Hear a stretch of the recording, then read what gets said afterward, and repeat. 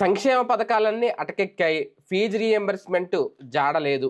ఒక రకంగా అన్నదాతకు భరోసా కల్పిస్తాము, అన్నదాత సుఖీభవ అని చెప్పిన పథకానికి ఎక్కడ అడ్రస్ లేదు. ఇవన్నీ సమస్యలే. 6 నెలల్లో ప్రభుత్వ వైఫల్యాలు, లేదంటే ప్రభుత్వం మీద వస్తున్న వ్యతిరేకతకు నిరసనగా, లేదంటే ప్రజల సమస్యల మీద పోరాటానికి సంబంధించి ఇప్పుడు వైఎస్ఆర్‌సీపీ పోరుబాట పట్టబోతోంది. విద్యార్థులకు సంబంధించి గానీ, రైతులకు సంబంధించి గానీ, ప్రజలకు సంబంధించి గానీ ఈ నెల 11 నుంచి రైతు సమస్యల మీద ఆందోళన, కలెక్టరేట్ల ముట్టడి, అక్కడ వినతి పత్రాలు అందించడం, ఇవన్నీ. ఒక రకంగా 6 నెలలు హనీమూన్ పీరియడ్ కోసం వెయిట్ చేసి జగన్ ఇప్పుడు రంగంలోకి దిగబోతున్నారా?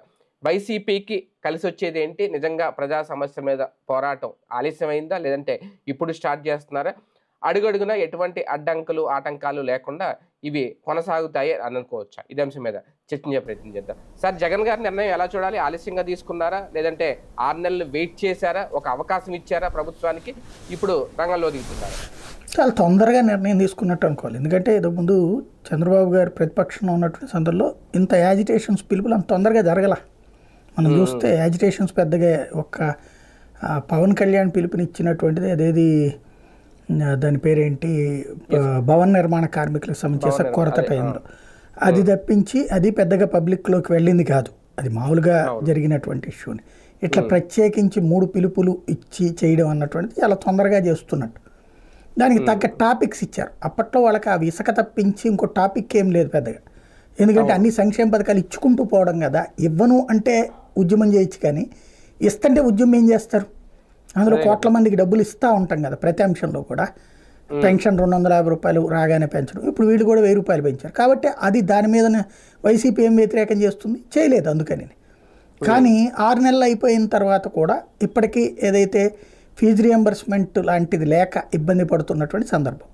ఒకటి, ఫీజు రియంబర్స్మెంట్ అనేటటువంటి దాంట్లో ప్రభుత్వాల అధికారంలోకి వచ్చే వాళ్ళ ఫీలింగ్ ఎట్లా అయిపోయిందంటే అది అనవసరంగా భారం పడిపోతుంది అన్నటువంటి ఫీలింగ్ పడిపోతున్నారు. లేదా నిదానంగా ఇద్దాంలే అన్నట్టు ఉంటుంది. నిదానంగా ఇవ్వడానికి మొదట్లో విద్యా సంస్థలు ఒప్పుకున్నాయి, కానీ వీళ్ళు అలాంటి సెక్యూరిటీ ఆ విద్యా సంస్థలకు ఇవ్వట్లా.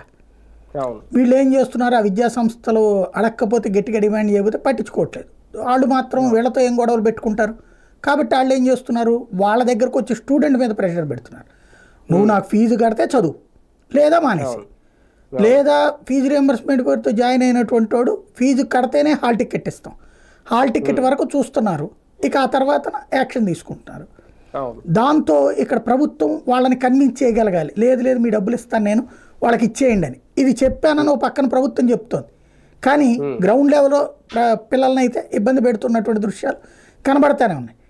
చివరికి కొంతమంది కాంప్రమైజ్ అయిపోయి ముందు డబ్బులు ఇచ్చేస్తాం మేము, మా పిల్లల్ని పరీక్షకు అనుమతించండి, ఆ తర్వాత మీకు డబ్బులు వచ్చినప్పుడు మాకు ఇచ్చేయాలి అంటున్నారు. వస్తే ఇస్తామంటున్నారు. వస్తే ఎప్పుడు తెలియాలి ఇవన్నీ? కాబట్టి సమస్య ఎదురవుతుంది. ముందు ఇక్కడ ప్రభుత్వం ఇవాళ కాదయ్యా రేపు ఫిబ్రవరిలో ఇస్తాం, మార్చిలో ఇస్తాం అనేటటువంటి మాట వాళ్ళకి భరోసా ఇవ్వట్లేదు, వాళ్ళని కూర్చోబెట్టి చెప్పట్లా. అది ఇప్పుడు ఒక ఉద్యమం ద్వారా తీసుకోవడం అన్నటువంటిది ఒక కీలకమైన పాయింట్, అవసరం కూడా. ఎందుకంటే మధ్య మార్గ పరిష్కారం కనుక లేకపోతే, పోరాటం లేకపోతే, అంటే పోరాటం లేకుండా ప్రభుత్వమే బాధ్యతగా స్పందిస్తే అసలు ప్రాబ్లమే ఉండేది కాదు.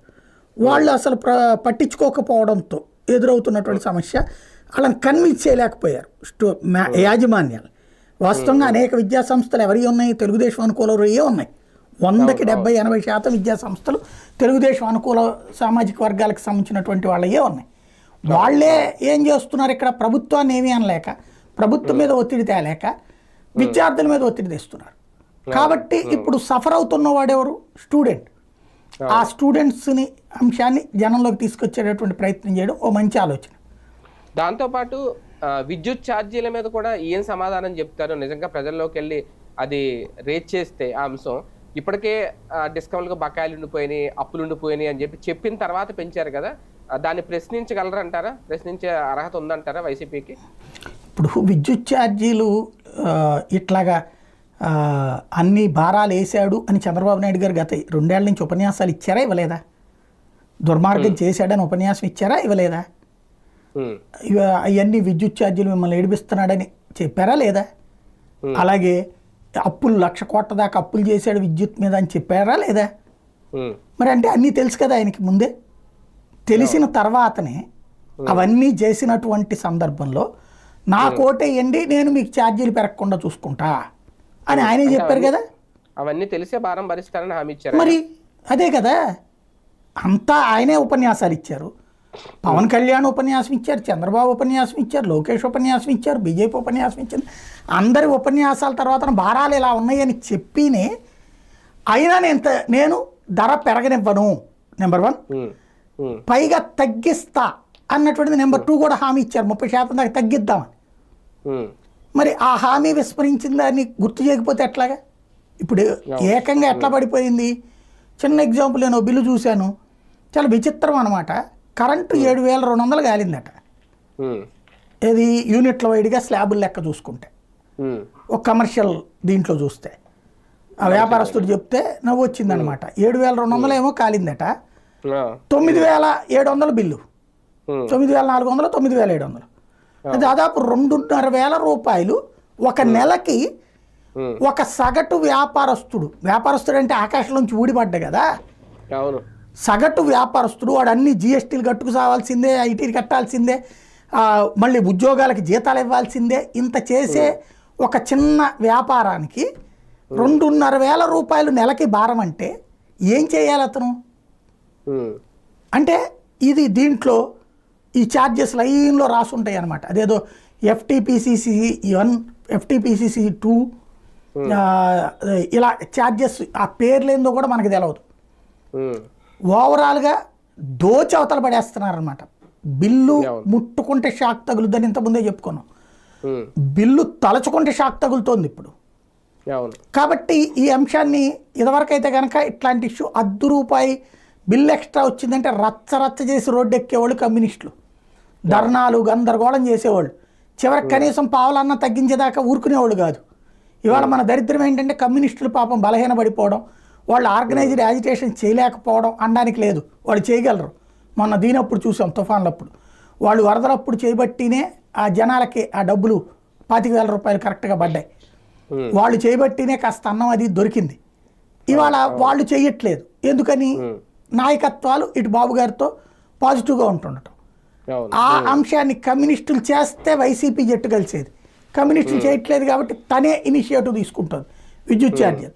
ఇప్పుడు ఈ 15 రోజులు బిల్లులు వస్తాయి కదా, మొదటి 15వ తారీఖు లోపు ఈ బిల్లులు చూడమనండి ఒక్కొక్కళ్ళు.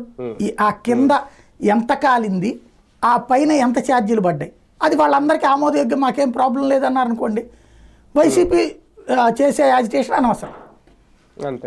అది భారము అన్నారనుకోండి, వైసీపీ వెనకాల వచ్చి కూర్చోకపోవచ్చు, కానీ భరోసా ఇచ్చినట్టు ఆ ప్రజల ఆక్రోశానికి అద్దం పెట్టినట్టు అవుతుంది.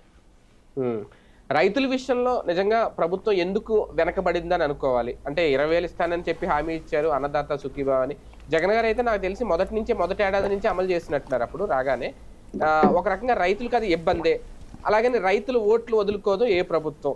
ఎందుకు ఇక్కడ నిర్లక్ష్యం? ఇప్పుడు ఒక రకంగా అది నిర్లక్ష్యం. అదే నేపథ్యంలో వైసీపీకి ఇప్పుడు అదే ఒక అవకాశం. ఎందుకు మారింది అలాగ? బేసిక్గా సంక్షేమ పథకాల విషయంలో బాబు మారలేదు అన్నటువంటిది మరొకసారి స్పష్టం చేసుకుంటున్నారు. నిదానంగా ఇద్దాంలే ఒక్కోటి అన్నీ ఒకేసారి ఇచ్చింది జగనే ఓడిపోయినప్పుడు ఆయన ఫీలింగ్ అదే ఉంది. 2.5 లక్షల కోట్లు, 2,75,000 కోట్లు ఇచ్చింది జగన్ ఓడిపోయినప్పుడు. ఇంకోటి అది ఇవ్వద్దని మనల్ని ఎన్నుకున్నారు అనేటటువంటి ఫీలింగ్లో ఆయన ఉన్నారు. మినిమం ఇస్తే చాలే, గ్యాస్ ఇచ్చాంగా చాలే, ఈ ఏడాది ఒకటి ఇచ్చాం కదా చాలే, వాస్తవంగా ఏడాదికి 3 ఇస్తానన్నారు, ఈ ఏడాది ఇస్తుంది ఒకటే. ఇక్కడ ఇదేదో పోయిన చివరిలో రాలా ఎన్నికలకి, జూన్ నుంచి వచ్చే మార్చి దాకా అంటే 9 నెలలు, పోనీ 2.5 రావాలి కదా సిలిండర్లు, ఆ లెక్క చూసుకున్నప్పుడు. కానీ ఒకటే సిలిండర్ అంటే భారాన్ని తగ్గించుకుంటూ బందోబస్తు మాటల ద్వారా, తోడున్నటువంటి మీడియా ద్వారా దబాయించేస్తున్నారు. ఓ రకంగా మాట్లాడనీయకుండా కేసుల, సోషల్ మీడియాన బెదిరింపుల ఈ నడుస్తున్నాయి. పాయింట్ ఏంటంటే రైతు గురించి ఎందుకు మాట్లాడాల్సి వస్తుందంటే, ఇప్పుడు వైసీపీకి ఒక ముద్ర ఉంది, రాజశేఖర రెడ్డి గారికి కూడా ఒక ముద్ర ఉంది, రైతు ప్రభుత్వం అనేది. రైతు వ్యతిరేక ప్రభుత్వం అనే ముద్ర ఎప్పటి నుంచో టీడీపీ వేసుకుంటుందా? ఎందుకంటే ఆ మధ్యన రైతులకు ఉచిత విద్యుత్ అంటే దాని తెగల మీద ఆరేసుకుంటారని మాట్లాడారని, లేదంటే దళితుల గురించి మాట్లాడారని, రైతుల గురించి ఇలాగ. ఇప్పుడు రైతులకి ఇస్తానన్న డబ్బుల విషయంలో అంటే మిగిలినవి ఓకే, ఆ మహిళా శక్తి 1,500 లేదంటే బీసీలు అందరికీ 40 ఏళ్ళకో పింఛను, అవి ఇంకా అమలు చేయలేదు అంటే అది వేరు. కంప్లీట్గా రైతును విస్మయించడం తెలుగుదేశం పార్టీ మార్క్ అయిపోద్దా రేపొద్దున్న ఈ యాజిటేషన్ ద్వారా? మొన్నటి వరకు అంటే టీడీపీ సింగిల్ గా ఉన్నప్పుడు చేస్తే ఓకే, అదే రైతులకి అండగా నిలబడింది జనసేన. కౌలు రైతులకి ఇంటింటికి వెళ్ళి ఆయన సొంత జోబులో డబ్బులు తీసి ₹1,00,000 ఇచ్చి వచ్చాడు పవన్ కళ్యాణ్ గారు. ఇలాంటి టైంలో ఇది చాలా క్రూషియల్ అవుతుందా రేపొద్దున్న? అంటే ఇది ఎట్లా ఉంటుందంటే ప్రజల ఆలోచన తీరును బట్టి ఉంటుంది. ఇప్పుడు టీడీపీ రైతు వ్యతిరేకి అని చెప్పచ్చు, కానీ కొన్ని వర్గాల రైతులకి టీడీపీ వల్ల బెనిఫిట్ అయింది. ఒక తెలుగు గంగ వల్ల అనేక మంది రైతులు బెనిఫిట్ అయ్యారు. రెండవది, ఏదైతే ఈవేళ దాన్ని ఏమంటారు, స్ప్రింక్లర్లు ఇట్లాంటిది, అంటే మన సాగునీటిలో తుంపర సేద్యం లేకపోతే ఇతరత్ర కొత్త సేద్యాలకు కావాల్సిన ఎక్విప్మెంట్లు కేంద్ర ప్రభుత్వం సబ్సిడీలు ఇస్తే అట్లాంటి వాటిలో రాష్ట్ర ప్రభుత్వం ₹20 భరించాల్సినటువంటి వాటిలో స్వయంగా ఇనిషియేటివ్ తీసుకుని ఇచ్చుకొచ్చింది క్రిందటిసారి. రేపు డ్రోన్లు వస్తాయి, ఈ దఫా డ్రోన్స్ తీసుకొస్తున్నారు. కాబట్టి వాళ్ళ వంతు చేస్తారు. కానీ ఇక్కడ ఎందుకు డబ్బులు ఇవ్వట్లేదు? నేను చెప్పినట్టు ఈ ఏడాది ఓ 75,000 కోట్లు మిగిలి చేసుకున్నట్టు. జగన్ ఏడాదికి 75,000 కోట్ల దాకా ఇచ్చుకొచ్చాడు కదా. 45,000 కోట్లు డైరెక్ట్ బెనిఫిట్స్, ఇంకో 30,000 కోట్లు ఇండైరెక్ట్. వాటిని ఇక్కడ ఒక ఏడాది తగ్గిస్తే 75,000 కోట్లు మిగిలినట్టు. ఇవన్నీ అమరావతి వైపుకి టర్న్ చేసుకుంటున్నారు. దాంట్లో మెయిన్ పాయింట్ ఏంటంటే ఇక్కడ కనబడేటటువంటిది, జగన్మోహన్ రెడ్డి 5 ఏళ్ళు మీరు అన్నట్టు మామూలుగా అతను ఇచ్చిన హామీ ఏంటంటే ఫస్ట్ ఏడాది వదిలేసేయండి, నేను మొట్టమొదటి ఏడాది కాబట్టి అందుకోవడం కష్టమవుతుంది, రెండో ఏడాది నుంచి 4 సంవత్సరాల పాటు ఏడాదికి 12,500 ఇస్తాను, 5 ఏళ్లకి కలిపేసి 50,000 ఇచ్చినట్టు అవుతుంది, నేను ఈ రుణమాఫీ లాంటి తప్పుడు మాటలు చెప్పను, నిజాయితీగా చెప్తాను, మాట నమ్మండి అన్నాడు. అయితే తర్వాత జగన్మోహన్ రెడ్డి ఫస్ట్ ఏడాది మిగతా సంక్షేమ పథకాలు ఇస్తున్నప్పుడు రైతులకు కూడా ఇప్పుడు ఈ ఏడాది ఇచ్చేస్తే బాగోలేదా అదనంగా అని చెప్పేసి ఇంకొక ఏడాది ఇస్తున్నాం అని చెప్పేసి ఇచ్చారు. అది కూడా 13,500 రూపాయలు ఇచ్చారు. కానీ ఇందులో ఒక లాజికల్ పాయింట్ ఏంటంటే ఏడాదికి ఆయన చెప్పింది ఎంత, 50,000 రూపాయలు, ఇది 4 ఏళ్లలో కలిపేది 12,500. ఇప్పుడు 5 ఏళ్లకి కలిపి ఆయన ఇచ్చింది ఎంత అంటే 37,500 కోట్లే. ఎందుకని? తను ఏదైతే కేంద్ర ప్రభుత్వం ఇచ్చేటటువంటి 6,000 కూడా తన ఖాతాలో రాసేసుకున్నారు. అంటే జగన్మోహన్ రెడ్డి ఇచ్చింది 7,500 కోట్లే.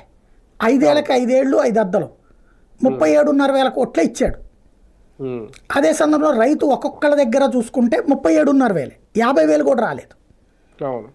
వాళ్ళు చెప్పేది ఏంది, ఈ 5 ఏళ్ళు 5, 6, 30 కూడా కలిపితే 67,500 వచ్చింది కదా అంటారు. అది కేంద్రాన్ని కలిపి లింక్. సరే అది పక్కన పెడదాం. అదంతా ఇచ్చినా కూడా రైతులు ఓట్లేదు కదా, వ్యతిరేకంగా ఓటేశారు కదా, అది చంద్రబాబు గారికి ధైర్యం. దాంతోపాటుగా ఇప్పుడు ఈ మోటార్లకి రుణాలు, లేకపోతే స్ప్రింక్లర్లకి ఇది సోలార్ మోటార్లు ఇప్పించడం, ఇట్లాంటి రైతులకి అంటే ఈయన ఏం చేశాడు జగన్మోహన్ రెడ్డి, ఈ డబ్బులు ఇస్తున్నాం కాబట్టి ఇంక అన్నీ వదిలేశాడు. ఒకటి రైతు భరోసా కేంద్రాలు పెట్టాడు, రెండవది ఇది చేసేసి ఆయన మిగతా అన్నీ వదిలేశాడు. ఏది ట్రాక్టర్లు ఇప్పించడము, లేకపోతే ఈ దాన్ని ఏమంటారు బోర్లు తవ్విస్తానని అది తొలి దశలో ఆగిపోయింది. ఓ 20,000 బోర్లు ఏమో వేసేసి ఆపేశారు. ఆ బోర్లు వేసి మోటార్ కూడా పెట్టిస్తానన్నది పక్కెళ్ళిపోయింది. ఓవరాల్గా రైతులకి మాట తప్పారు ఆయన.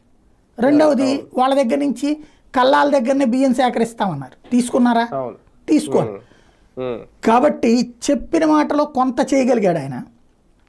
సంపూర్ణ సంతృప్తి కాక జనం వ్యతిరేకంగా ఓట్లేశారు.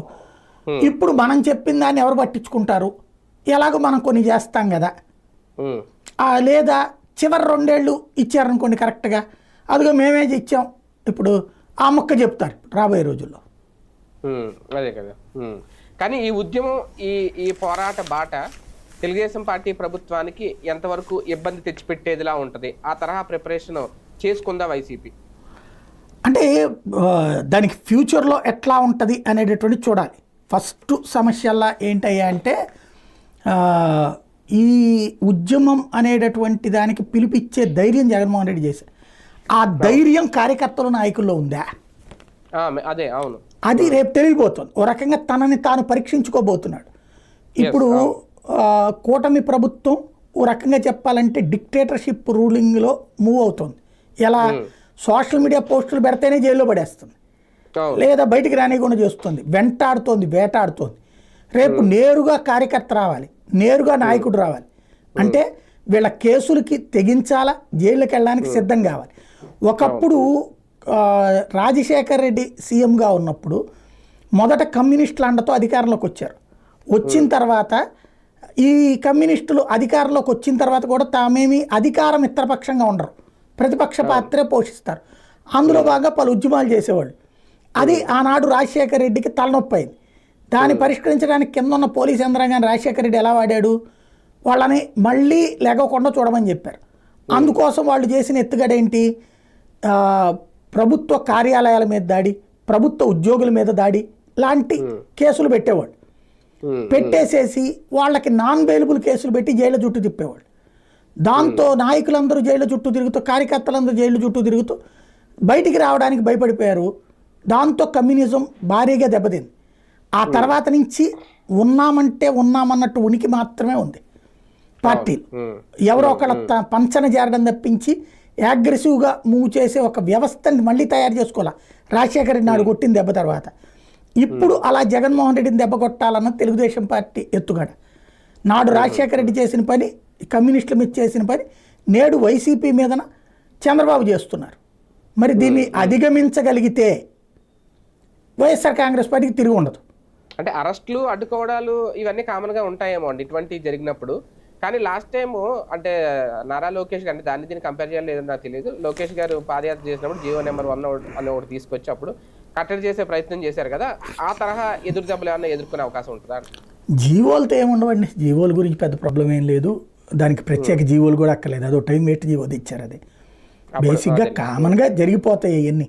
కాకపోతే అప్పుడు అలాగ లోకేష్ వెనకాల ఎవరెవరు ఉన్నారో వాళ్ళని వెంటాడి వేధించి వాళ్ళ కుటుంబాలను ఇబ్బంది పెట్టేటటువంటి పని చేయలే. ఇప్పుడు వీళ్ళు అట్ట కాదు, చేస్తున్నారు. కాబట్టి ఏం చేస్తారో చూడాలి. రైట్, చూద్దాం. మొత్తానికి ఒక పోరు బాటకి, ఒక ఉద్యమ బాటకైతే రెడీ అవుతుంది వైఎస్ఆర్సీపీ. ఈ నెల 11వ తేదీ నుంచి వరుసగా డేట్లు ఇచ్చారు, 11వ తేదీ నుంచి 3వ తేదీ వరకు. మరి ఏం జరుగుద్ది జనవరి 3వ తేదీ వరకు అని? ప్రశాంతంగా సాగుతుందా? ప్రజా వ్యతిరేకత నిజంగా ఈ 6 నెలల్లో ఏ స్థాయిలో ఉంది ప్రభుత్వం మీద అనేది చూపించగలుగుతారా? చూద్దాం.